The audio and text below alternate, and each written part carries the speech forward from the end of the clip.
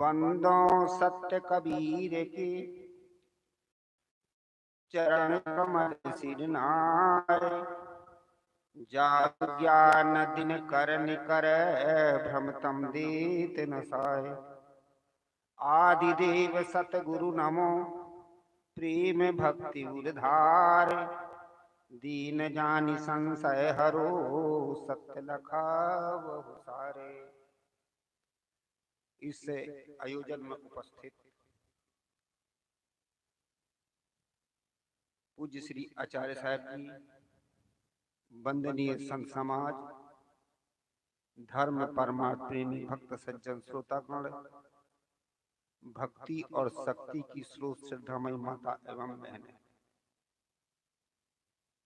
आप अभी हम संत गुरुजनों के विचार सुन रहे हैं।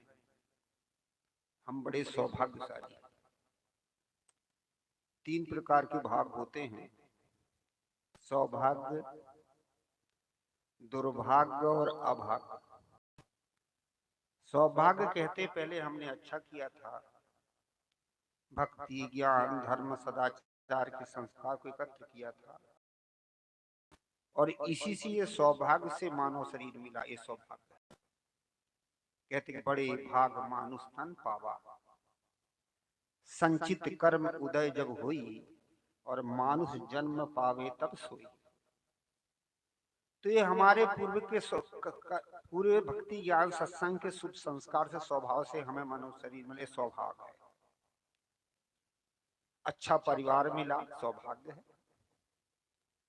अच्छा समाज मिला, सौभाग्य है। जन मिले, इनका सत्संग मिला, सौभाग्य है। और इसमें हम मन लग रहा है, सौभाग्य है। अब दुर्भाग्य क्या है? जीवन में हमने पहले कुछ गलत किया था और उसके कारण हमारे जीवन में कुछ कष्ट, कलेश, विपत्तियां, गलत लोगों का संग, अनेक प्रकार की समस्याएं जीवन में आती हैं। ये है दुर्भाग्य। अभाग्य क्या चीज है? सब कुछ मिला, मानव शरीर मिला, अच्छा परिवार मिला, अच्छा समाज मिला, परंतु हम इस मानव शरीर से सुख शांति प्राप्त नहीं कर पाते, जीवन को सही ढंग से नहीं चला पाते थे। अभाग्य तो है। इस अभाग्य को मिटाने के लिए हमें सत्संग की जरूरत है। कभी कभी लोग कहा करते हैं सत्संग से क्या मिलता। आज का आदमी तो कहता हम खेती करेंगे तो अनाज मिलेगा, वाणिज्य व्यापार में करेंगे तो धन मिलेगा, नौकरी करेंगे तो वेतन मिलेगी। और ये सत्संग से क्या मिलता? सत्संग से संतों के सद्विचार सुनने को मिलते हैं। सद्विचार सुनने से सद्बुद्धि होती है और सद जो भी कर्म करते उसको कहते हैं सत्कर्म और सत्कर्म। इसलिए हम अपने सौभाग्य को आगे बढ़ाने के लिए हमें पुरुषार्थ की जरूरत है। पुरुषार्थ शब्द बड़ा सुंदर शब्द है। एक होता है पुरुषार्थ, जो पुरुष करता है वही पुरुषार्थ है। ये मानो एक पुरुष है और ये पुरुषार्थ करता है। शरीर के द्वारा जो भी क्रिया की जाती है सत्क्रिया, इसका नाम है सत्पुरुषार्थ। गलत क्रिया करते तो गलत। इसलिए एक तो होता पुरुष, पुरुषेति पुरुष है। पुर माने इस शरीर में शयन करने वाली आत्मा को भी पुरुष कहा, ये पुरातन पुरुष हुआ। और पुरुषार्थ करने वाला प्राणी ये मनुष्य है। और मनुष्य के पास में पुरुषार्थ करने के 3 साधन हैं जो अन्य प्राणियों के साथ है, पास में नहीं है। वो कौन कौन से हैं? वो है दिल, दूसरा है दिमाग और तीसरा इंद्रियां। दिल के द्वारा हम साहस भी करते, दिल से हम कठिन साहस करके कठिन से कठिन समस्याओं को भी पार कर सकते हैं। और इसी दिल से प्रेम करके सबको मिला करके संगठित जीवन भी जी सकते हैं। दिमाग से भी 2 काम होते हैं। दिमाग से सही सूझबूझ होती, सही सूझबूझ के द्वारा वास्तविकता को हम परख सकते हैं और इसी दिमाग को स्थिर करके शांति भी तो प्राप्त कर सकते हैं। तीसरे नंबर में हमें ये इंद्रियां मिली, हाथ पैर आदि। इन इंद्रियों के द्वारा हम मेहनत करके अपने वर्तमान जीवन को भी सुखी बना सकते हैं और इंद्रियों को दमन करके शांति भी तो प्राप्त कर सकते हैं। इसलिए मनुष्य ही सच्चा व पुरुषार्थी प्राणी है। आज हमें पुरुषार्थ करना है। प्रारब्ध से मानव शरीर मिला है, पर हम पुरुषार्थ, साहब जी बड़ी सुंदर बात बता रहे थे, आदमी अधिक सोचता।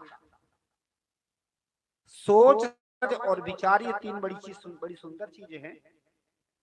सोच होती मन से, मेरे पास क्या क्या नहीं है, मेरे अनुसार क्यों नहीं हो रहा है, मेरी पत्नी मेरे प्रति क्या सोचती होगी, ये आपकी सोच है।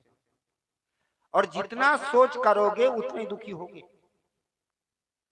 समझ होती बुद्धि से और विचार होता चित्त से। समझ हो, यदि आपके पास में समझ आ गई,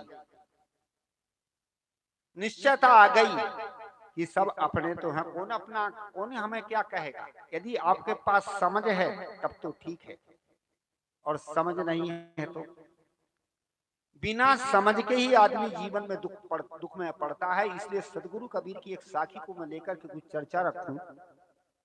चर्चा बड़ी सुंदर है। सदगुरु कबीर साहब जी कहते कि समझे की गति एक है, जिन समझा सब ठौर, कहां ही कबीर ये बीच के बल कहीं और की ओर। साहब कहते हैं कि समझदार की गति एक होती है, सुख शांति स्थिरता इस समझ से मिलती है। पर किसकी? जिन समझा सब ठौर, जिन्होंने सारे ठौरों को समझ लिया हो उसकी। अब वो कौन कौन से ठौर हैं जिन्हें हमें समझना है संतों के सत्संग में? बड़ा सुंदर कहा है, पहले सुनो, समझो, करो, ठहरो तब तरो, नहीं तो मरो। इसलिए पहले सुनो और समझो। अब कौन कौन सी चीज हमें समझना है यहां पर? सबसे पहले हम समझें सिद्धांत। सिद्धांत तो वही होता है जो अंत में सिद्ध होता है, उसी को सिद्धांत कहते हैं। और जो सब कोई सिद्ध करना चाहते वही सिद्धांत है। और आपका और हमारा एक ही सिद्धांत है। हम क्या सिद्ध करना चाहते हैं? संसार में जितने भी प्राणी हैं वो क्या सिद्ध करना चाहते? वो क्या चाहते? सुख। कोई दुख नहीं चाहता। भले ही उनकी सुख प्राप्ति की अलग अलग क्रियाएं होंगी, परंतु सब चाहते हैं सुख। तो सबका सिद्धांत तो एक है। जब हम सब सुख चाहते हैं तो हम भी सबको सुख दें। हमारा सिद्धांत, आपका सिद्धांत, सब प्राणियों का एक ही सिद्धांत। एक छोटी सी चींटी के सामने आप उंगली खड़ी कर दो और वो भी देख लेती कि यहाँ वृद्ध कारण है, दुख मिलेगा, हट जाती कि नहीं। इसलिए सबका सिद्धांत एक ही है, सुख। स्वयं सुखी हो और सबको सुख दे, इस सिद्धांत। एक बार काठमांडू नेपाल में घूमने गया, घूम के आ रहा था तो हुआ एक ही, दो महिला आगे पीछे बैठी थी। एक ने सिर खोल रखी थी और दूसरे उसके सिर से चुट्टू चुट्टू जुआ मार रही थी। मैंने उस महिला से कहा, बूढ़ी माई से, माता जुआ ना मारो, ये अपने बाल बच्चे हैं। जैसे हमारे शरीर से पसीना से जुआ पैदा होता, ऐसे ही शरीर से बाल बच्चे भी पैदा होते, तो जुआ और बाल बच्चे तो बराबर हो गए। तो उस माई ने क्या कहा, क्या जुआ ना मानूं, क्या दूध पिलाऊं? उनका दूध भी पिलाओ, कम से कम उनकी रक्षा तो कर। सब प्राणियों के प्रति सद्भावना, इसी का नाम उपासना है। सब प्राणियों की हम सुरक्षा करें, ये हमारा सिद्धांत है, वही हम चाहते हैं। इसलिए हमारा आपका एक ही सिद्धांत है, इसलिए हम सिद्धांत को समझें। जो सिद्धांत को समझ लेता है वह किसी भी नहीं देता। जो सिद्धांत को नहीं समझ पाता है वही बात करे। परंतु दूसरे कष्ट दे रहा, कलेश दे रहा है, बातें हमारे हैं। इसलिए सिद्धांत, दूसरा सिद्धांत क्या चीज है? अंत में दो ही चीज सिद्ध होती है, जीव आत्मा एक शरीर को छोड़ करके दूसरा शरीर धारण कर लेता है, क्योंकि आत्मा को अविनाशी कहा है। एक शरीर को छोड़ा और दूसरा शरीर धारण करने चला जाता है। सिद्ध होगा कि जीव कहीं है, किसी देह में तो है, चाहे मनुष्य में हो, चाहे पशु में हो, चाहे पक्षी में हो, चाहे कृमि कीट में हो, अविनाशी तत्व वो कहीं तो है। सिद्ध हो गया चेतन। दूसरा है कि ये जड़ शरीर पांच तत्व का, इसको जला करके ये मिट्टी में मिल गया, पांच तत्व में मिल गया, पांचों में ले छठमा हो गया मौन। अब मैं तो ही पूछो पंडिता, अब मरा है कौन? तो जड़ और चेतन दो चीज तो सिद्ध हो गई, यही तो सिद्धांत है। हम सिद्धांत को नहीं समझ पाते। सब प्राणियों को साथ अच्छा व्यवहार करो, ये हमारा सिद्धांत है, ये व्यवहारिक सिद्धांत। और फिर जड़ और चेतन का यथार्थ बोध हो, ये जो है सिद्धांतिक सिद्धांत है। हमें जड़ और चेतन का यथार्थ बोध ना होने के कारण हम इधर उधर भटकते हैं। आदमी कहाँ पानी पत्थर गोबर माटी कहाँ कहाँ जाकर के तीर्थ व्रत में लटकता है, सिद्धांत का कहाँ बोध होता। कितने भक्त ऐसे होते हैं जो यहाँ सत्संग में तो लंबी चौड़ी बात करेंगे और बाद में है व्यवहारिक जीवन में पढ़ करके कहाँ कहाँ भ्रम कल्पना में पड़ जाते हैं, और भ्रम कल्पना में पढ़ करके फिर वही काम करते हैं जो गलत होता। एक गांव में एक भक्त के यहाँ गए, एक गांव में हम गए, कुछ संत थे, पहले घर पड़ा भक्त का, तो भगत जी का घर है भाई। गए, भगत जी नहीं मिले, छोटे छोटे बच्चे थे। बच्चों से पूछा गया, भैया कहाँ गए घर के? क्या खेत गए? क्या किस लिए गए? क्या पूजा करने के लिए गए? एक बच्चा ने कहा कि एक सुअर का बच्चा भी ले गए। मैंने कहा क्या करेंगे? क्या वहां भैरव बाबा को मारेंगे, वहां सुअर का बच्चा बलि देंगे। शाम को भक्तों के यहाँ में जब रुका तो भक्त भी आया और भी लोग आए। मैंने कहा भैया घर में गया था नहीं, कोई छोटे छोटे बच्चे थे, कहाँ चले गए? क्या गुरु जी खेत गए थे। हमका कोई कटाई अटाई का समय भी नहीं है, किस लिए गए थे? अरे साहब ना पूछो, बात ऐसी है कि ये खेत खरीदा गया है और वहां भैरव बाबा है, और उस भैरव बाबा की लोग पूजा करते हैं, तो अब घर गृहस्थी में रहना पड़ता है, इसलिए जो है जी कुछ तो करना ही पड़ता है मिलजुल के। ठीक है, पर सुना है कि एक सुअर का बच्चा भी ले गए थे। क्या है गुरु जी? हाँ, तो हमका सिद्धांत का बोध है। कितने लोग ऐसे हैं जो ज्ञान की बात तो करते पर सिद्धांत में ठहराव नहीं। हम भटकते, कहां कहां भटकते, मिट्टी पानी पत्थर गोबर।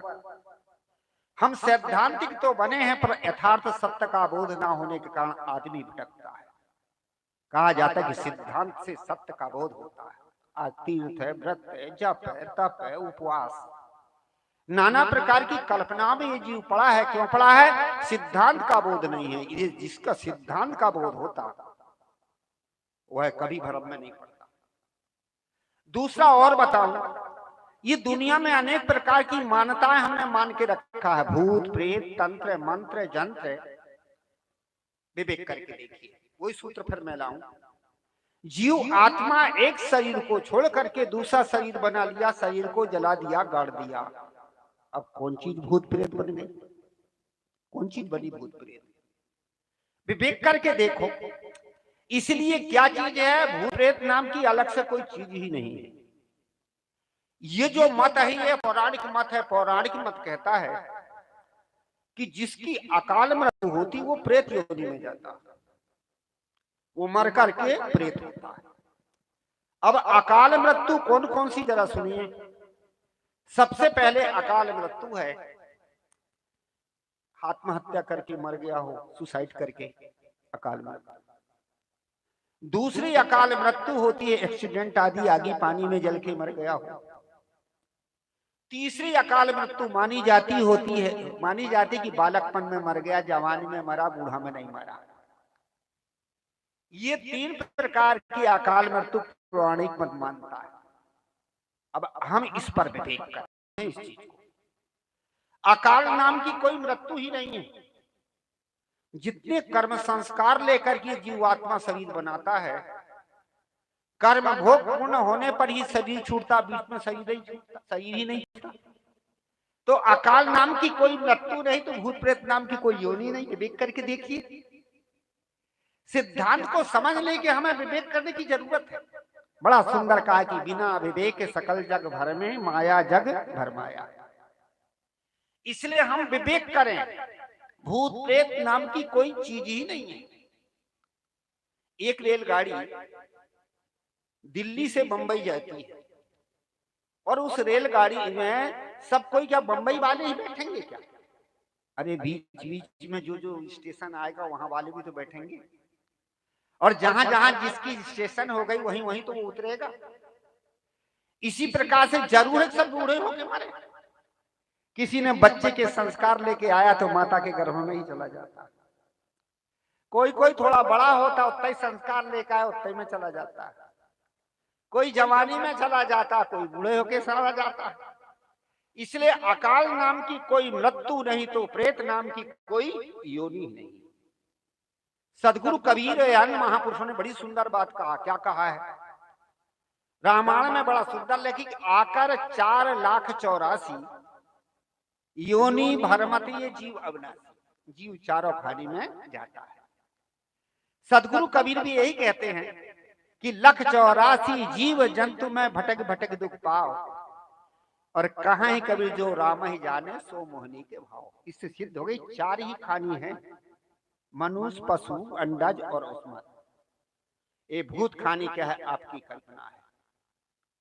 मृत शरीर को भूत कहा। रामायण में बीजक में कहा है, प्रेत कलक मुख अंतरवासा, आहुति सत्य होम की आशा। प्रेत कहते मृत शरीर। तो मृत शरीर बीत गया, चेतन निकल गया, भूत हो गया। और अलग से कोई भूत है क्या? राक्षस खानी अलग नहीं है। आसुरी प्रवृत्ति जिसके जीवन में आ गई वो राक्षस। रामायण में महादेव जी से पार्वती ने पूछी थी, प्रभु राक्षस के लक्षण बताओ। तो उन्होंने ये नहीं बताई, बड़े बड़े पेट वाले, बड़े बड़े दांत वाले जो टीवी में देखते हैं। उन्होंने कहा था कि माना ही मात पिता नहीं देवा, साधुन से करवा वही सेवा, जिनके यह आचरण भवानी सो निश्चर समझानो प्राणी। वही राक्षस।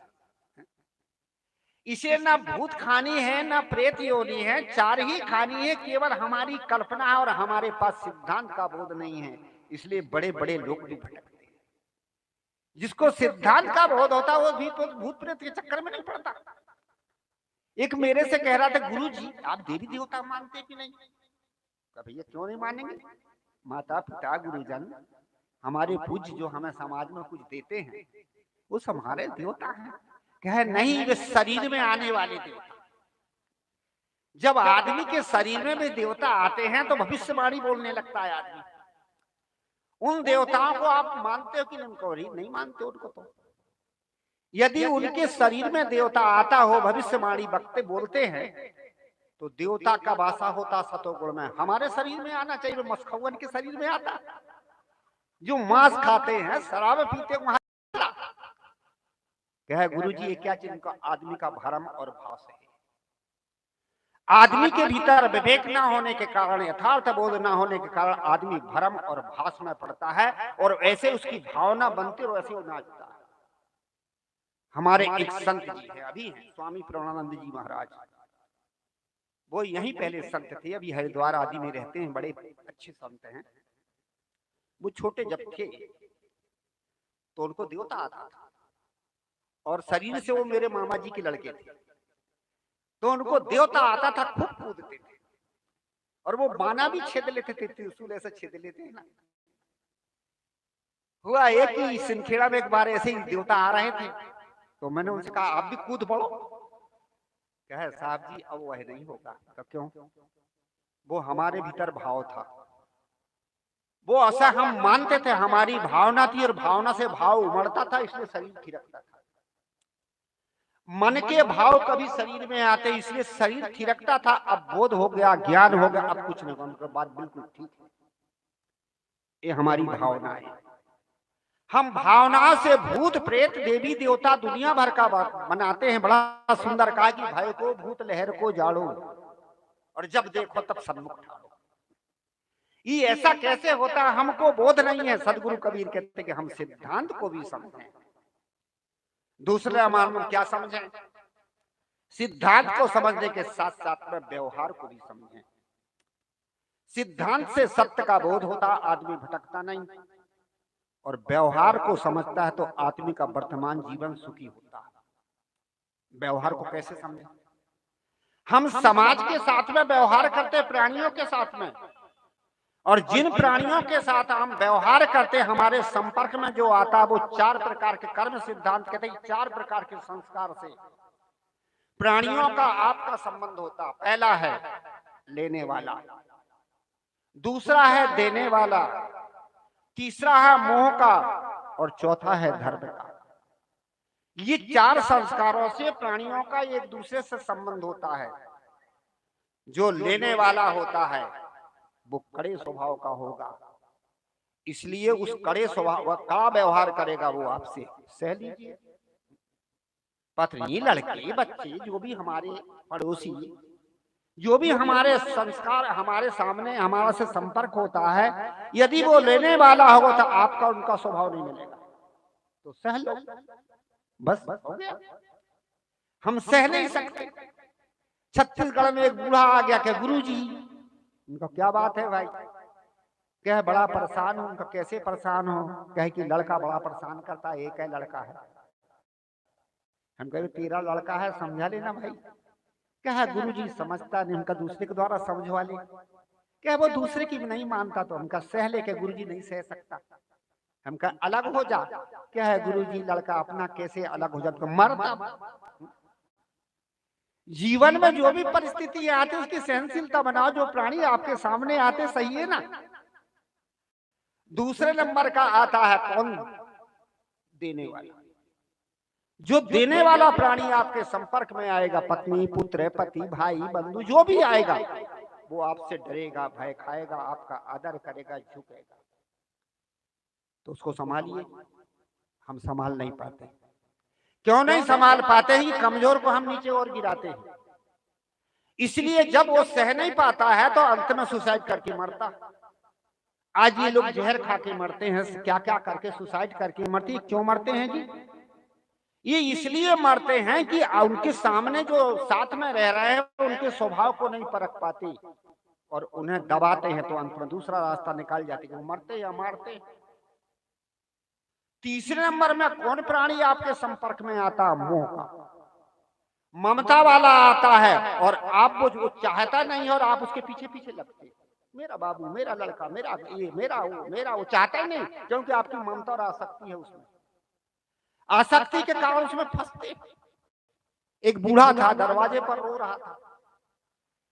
महात्मा जी ने पूछा, बाबा क्यों रो रहे हो? क्या? गुरुजी देखो, मैंने मकान बनाया, दुकान बनाया, संतान बनाया, और मेरे नाती ने गुरुजी तो धक्का मार के घर से बाहर निकाल दिया। महात्मा ने कहा, हमारा बाबा छोड़ घर संसार ऐसा है, बेकार है, चलो भगवान का भजन कर हमारे साथ। बूढ़ा बदल गया। बूढ़े ने कहा, तू कौन घर छुड़ाने वाला आ गया? अरे हमारा लड़का 4 नहीं 10 लाख मारे, अपना ही तो है। ये है मोह के संस्कार। तीसरे चौथे संस्कार होते धर्म के।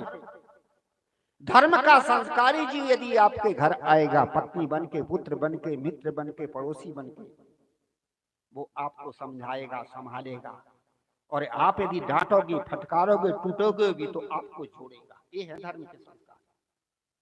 इसलिए कहा जाता है कि हम व्यवहार को भी समझें, दूसरे के हृदय को परखें। सदगुरु कबीर ने बड़ी सुंदर बात कही है, बलिहारी तई पुरुष की जो परिचित परखन हार। जो दूसरे के हृदय को परख करके व्यवहार करता है उसको मैं धन्यवाद देता हूँ। समय मेरा पूरा हुआ। मैंने कहा था कि समझे की गति एक है, जिन समझा सब ठौर। हम सबसे पहले सिद्धांत को समझें। सिद्धांत को समझने से सत्य का बोध होगा, व्यवहार को समझने से वर्तमान में जीवन सुखी होगा, परमात्मा को समझने से अच्छे संस्कार बनेंगे, और अध्यात्म को समझने से मन में शांति होगी, स्थिरता होगी। बोलिए श्री सतगुरुदेव की।